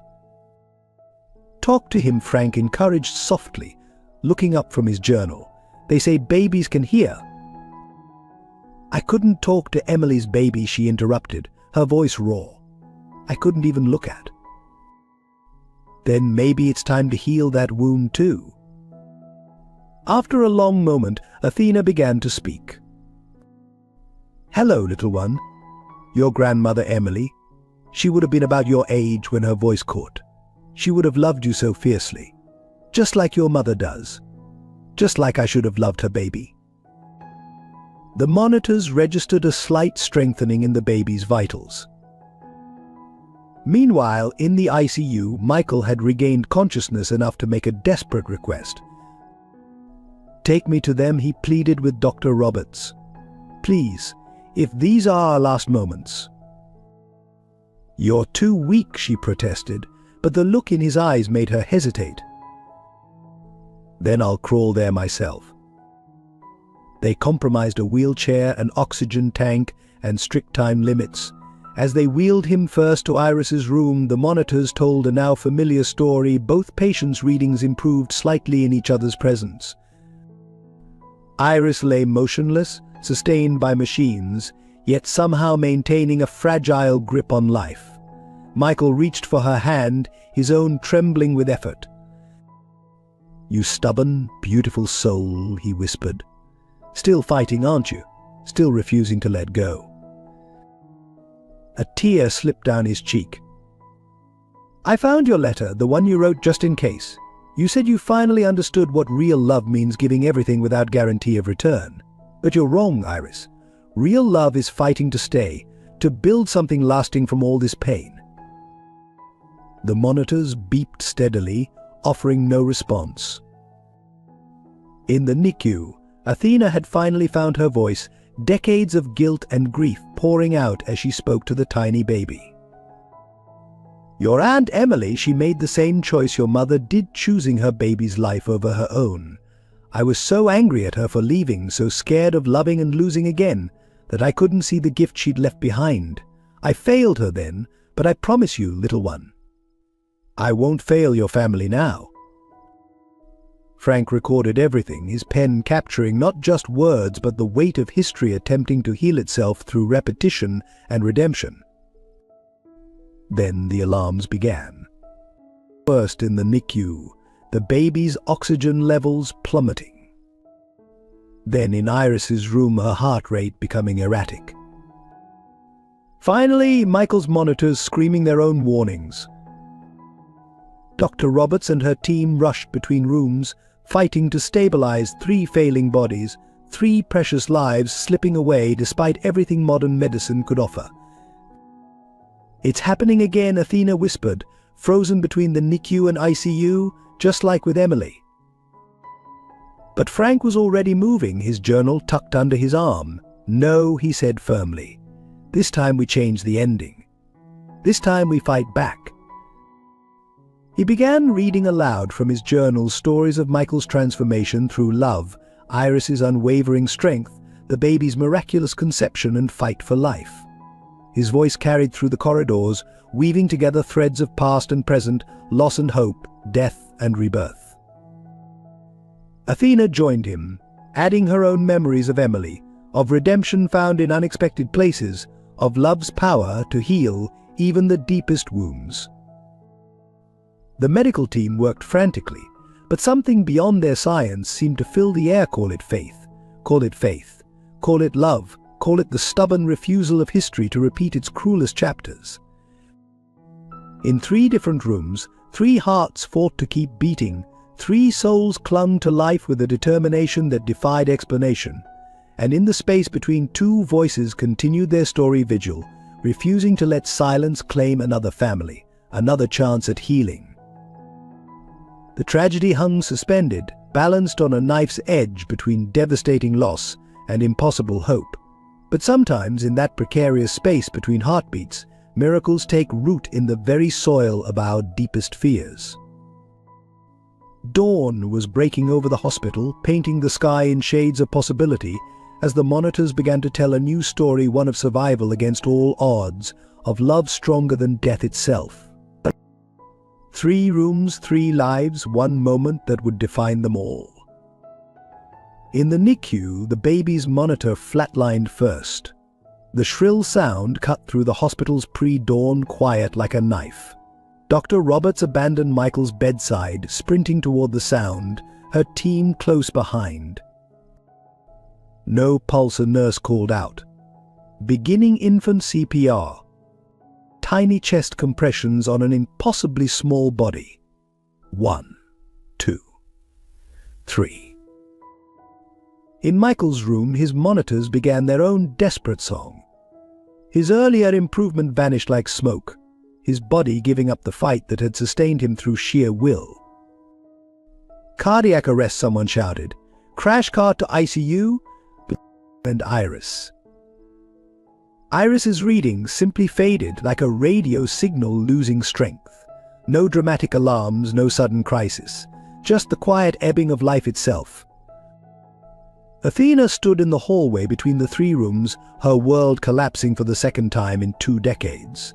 History wasn't just repeating, it was mocking her. "Choose," Dr. Roberts called out to her team. "We need to choose now." But before anyone could move, Frank's voice cut through the chaos. He stood in the center of the corridor, his journal open, reading aloud. "The night before the fall, I witnessed something extraordinary. Iris in the garden, speaking to Sarah's roses. If love means sacrifice, then let me be strong enough. If protecting them means leaving, then give me the courage to go. But if there's any way, any chance at all, let us stay together, because some loves are worth fighting impossible odds for." The medical team paused, caught in the power of the words. Then, impossibly, the baby's monitor registered a faint heartbeat. Athena moved without thinking, positioning herself between Michael and Iris's rooms. Her voice, when it came, carried the weight of 19 years of grief and hope. "Emily, if you can hear me, if you're watching, help me save them. Help me get it right this time." She began to sing the same lullaby she'd sung to Emily as a child, that Emily had sung to her unborn baby. The melody floated through the hospital corridors, weaving between the urgent medical calls and machine alarms. Frank continued reading, his voice harmonizing with Athena's song, Michael's last conscious words before the crisis. "Some families are born, some are made, but the strongest are forged in fire, tempered by love that refuses to break." In 3 different rooms, 3 medical teams fought against death itself. But something else was happening, something beyond medical science, beyond rational explanation. The baby's heartbeat strengthened first, finding its rhythm in time with Athena's lullaby. Then Michael's readings began to stabilize, his heart remembering its purpose. And Iris. Iris's monitors showed the faintest flutter of improvement, like a candle flame refusing to be extinguished. "Impossible," Dr. Roberts whispered, watching the readings. "All 3 are responding." But Athena and Frank never stopped her singing, him reading, their voices creating a bridge between past and present, between loss and hope, between death and life itself. Dawn broke over the hospital, painting the sky in shades of pink and gold. In that liminal space between night and day, 3 lives hung suspended between worlds, their fates intertwined in ways medicine couldn't explain. And in that moment, as Athena's voice carried the last notes of Emily's lullaby, as Frank read the final words from his journal, something shifted in the universe's grand design. Sometimes the greatest tragedies aren't in the dying, but in the choosing to live. Sometimes the deepest wounds become the strongest bonds. And sometimes, just sometimes, love really is stronger than death itself. The monitors continued their vigil, telling a story of 3 hearts beating against impossible odds, 3 souls refusing to be separated, and 1 family's love transcending the very boundaries of life and death. The darkest hour had come. But with it came a choice not between who would live and who would die, but between accepting fate and defying it entirely. And in that choice lay the seeds of either their greatest tragedy or their most extraordinary miracle. The hospital chapel's stained glass windows cast rainbow shadows across Dr. Roberts as she studied her patient's latest test results. Something wasn't adding up: medically impossible improvements, synchronized recoveries, 3 patients defying every probability. Dr. Frank appeared in the doorway, his ever-present journal clutched tight. "There's something you need to see." He opened to a page marked with a faded hospital bracelet. Emily Ward's medical records, the night she died. Look at the blood type notation. Dr. Roberts's eyes widened. "That's impossible. This combination of markers, It's the same as Michael's Athena finished entering the chapel, and Iris's baby. One rare blood type appearing in 3 unrelated people. Dr. Roberts shook her head. The statistical probability. They're not unrelated, Frank interrupted softly. Emily's baby survived that night 19 years ago. Adopted by a local family, raised without knowing their history, he turned to Athena. A baby you couldn't bear to look at, who grew up to become Michael's personal assistant. Athena whispered, realization dawning. Thomas. The revelation hung in the air like a thunderclap. Thomas, Dr. Roberts asked. The same Thomas who embezzled millions from Michael 5 years ago, Frank confirmed. Who nearly destroyed this family before it began. Emily's son, seeking revenge on the world that took his mother, never knowing he was targeting the very people who could have been his salvation.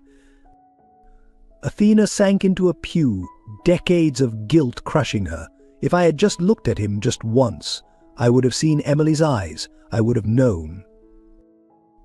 That's not all, Frank continued, flipping pages. Thomas's theft forced Michael to sell most of his company shares.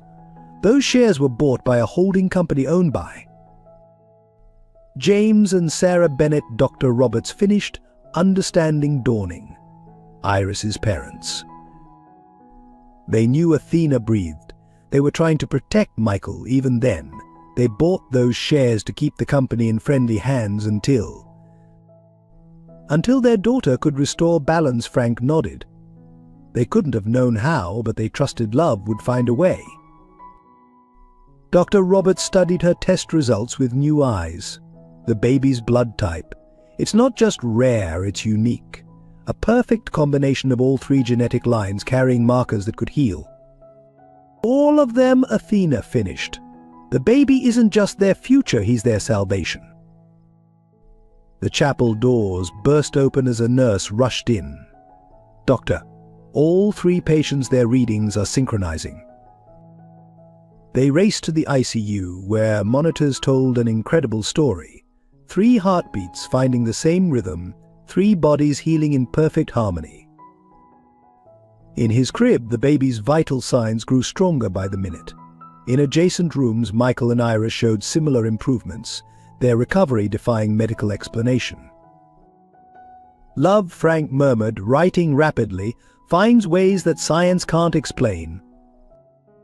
But the real miracle came later that night. Iris opened her eyes first, weak but aware. Her first words were a whisper, the baby. Fighting, Athena assured her, just like his mother. Michael regained consciousness minutes later, his hand instinctively reaching for Iris. When their fingers touched, both their monitors showed immediate improvement. How? Dr. Roberts questioned, watching the readings in amazement. Frank smiled, showing her his journal. Sometimes the greatest miracles come from our deepest wounds. Thomas's actions, meant to destroy, instead set in motion events that would heal generations of pain. But Thomas himself, Athena asked quietly. Is serving time in a minimum security prison, Frank replied, where he recently began writing letters to his mother's memory, seeking his own healing. In the NICU, the baby continued to thrive, his unique blood providing antibodies that would help heal both his parents. A miracle born from tragedy, hope sprouting from despair. Athena sat between the rooms, her posture finally relaxed. Emily, she whispered, you were right all along. Love does find a way, even if it takes 19 years and countless tears to prove it. Dr. Roberts updated her medical records, knowing her colleagues would never believe this case. How do you document a miracle? How do you explain love's power to heal what science calls impossible? But Frank knew. His journals held the truth not just of what happened, but of why. Of how 3 broken souls found each other, how their love created a miracle, and how sometimes the greatest healing comes from the very wounds we think will destroy us. As dawn broke over the hospital once more, it illuminated 3 rooms where the impossible had become reality. a family forged in fire, tempered by sacrifice, and saved by a love that transcended genetics, time, and even death itself. The unexpected truth hadn't just saved their lives, it had healed their souls. And in his journal, Frank wrote one final entry. Some stories end in tragedy, some in triumph. But the truest stories, the ones that touch our hearts most deeply, end in transformation. Today we witness not just healing of bodies, but the mending of a tapestry torn 19 years ago. Emily's legacy lives on not in revenge or regret, but in the miracle of love finding its way home. 3 months later, the mansion's garden bloomed with new life, Sarah's roses reaching toward the summer sun. On a blanket spread beneath the largest rosebush, Iris cradled her son, now thriving at 4 months old, though still small for his age. "James," she whispered, the name carrying generations of love and sacrifice. "Your grandfather would have been so proud of your fighting spirit." "All our parents would be proud," Michael said, joining them on the blanket. His recovery had been remarkable, his body responding to the unique treatment derived from his son's blood cells. Though still thin, color had returned to his face, and his eyes sparkled with life. Athena approached carrying a silver tray, not as a housekeeper now, but as family. "Tea time," she announced, her formerly rigid demeanor softened by joy. "And look who's eager to join us." Frank followed, his newest journal tucked under his arm. He had documented every step of their recovery, every miracle large and small. "I have something to share," he said, settling onto the blanket. "A letter arrived this morning." Everyone grew quiet, knowing what this meant. Frank had been corresponding with Thomas in prison, sharing the truth of his heritage piece by piece. But he writes, "Understanding who I am, who my mother was, has changed everything.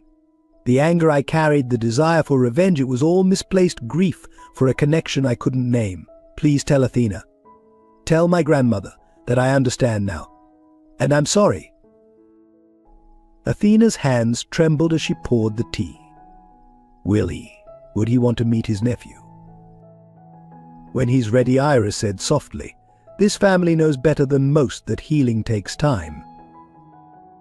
Michael watched his son grip Frank's finger with surprising strength. "Speaking of family, there's something we need to discuss." He produced an envelope, handing it to Athena.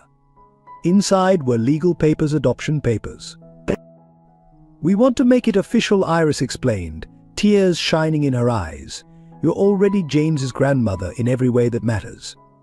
Now we want to make sure the world knows it too." Athena's composure finally broke. Years of maintained dignity dissolved into joyful tears as she clutched the papers to her chest. "Emily would have loved this," she whispered. "All of it." "She does love it," Frank said quietly, writing in his journal. "She's here in every smile James gives us, in every rose that blooms, in every heart that's healing." Michael stood carefully, raising his teacup. "To family, not just the one we were born to, but the one we chose to build. To love that survives tragedy, transcends time, and heals all wounds." "To Emily," Athena added softly. "To second chances," Iris continued. "To stories that need to be told," Frank finished, closing his journal.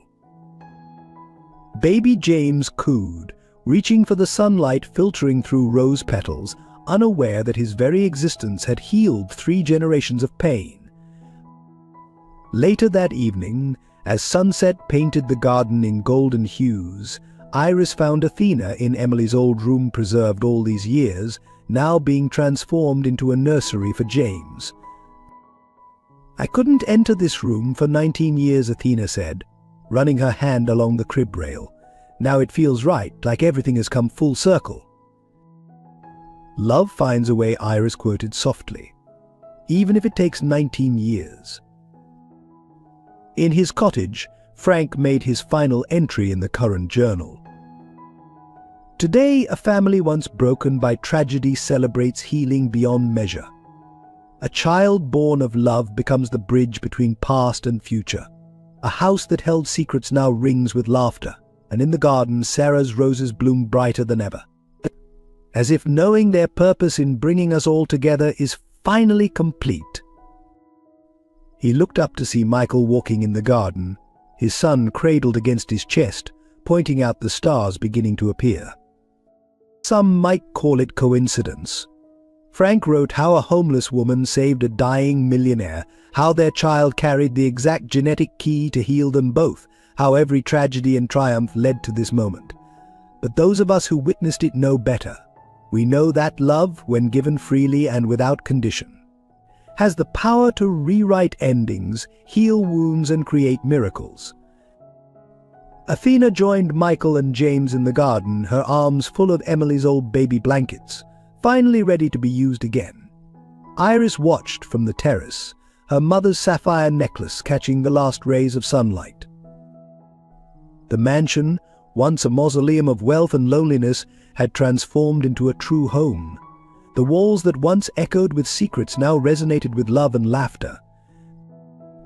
And so our story ends, Frank concluded, not with tragedy or triumph alone, but with transformation.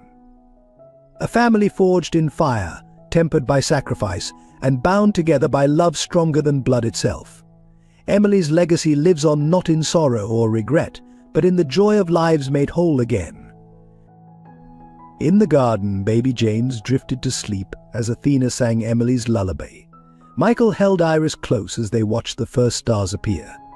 Frank closed his journal, knowing some stories don't need to be written to be remembered. And Sarah's roses released their evening fragrance, a sweet reminder that even in life's darkest moments, beauty finds a way to bloom. The end. Why?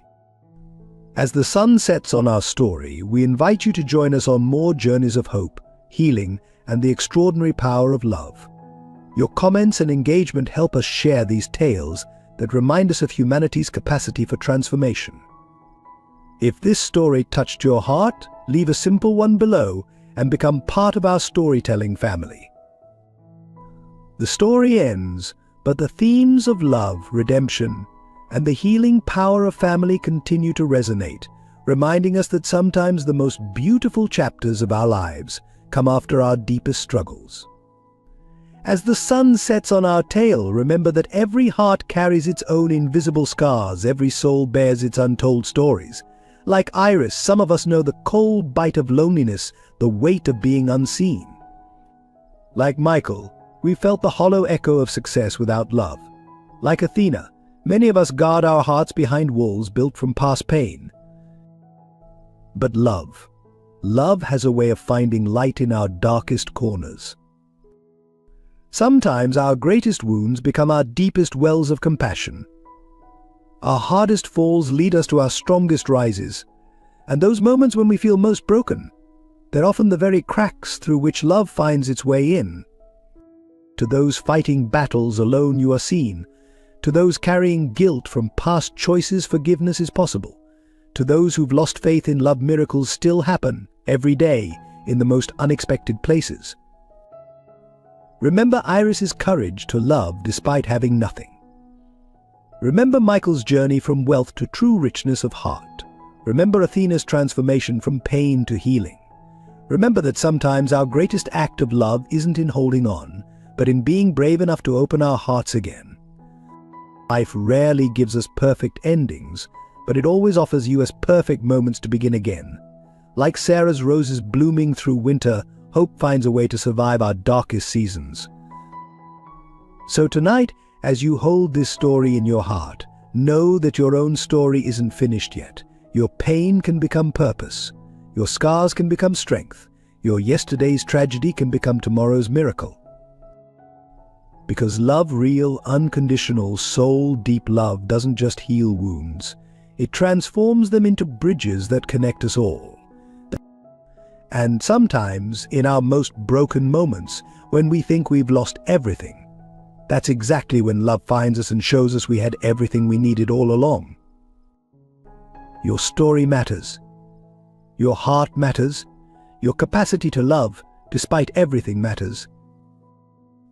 Because in the end, we're all part of the same story, one of falling, rising, breaking, healing, and finding the courage to love again. And that, dear friends, is the most beautiful story of all.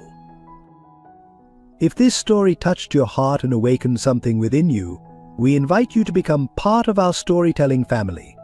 Hit subscribe to join us on more journeys of love and healing.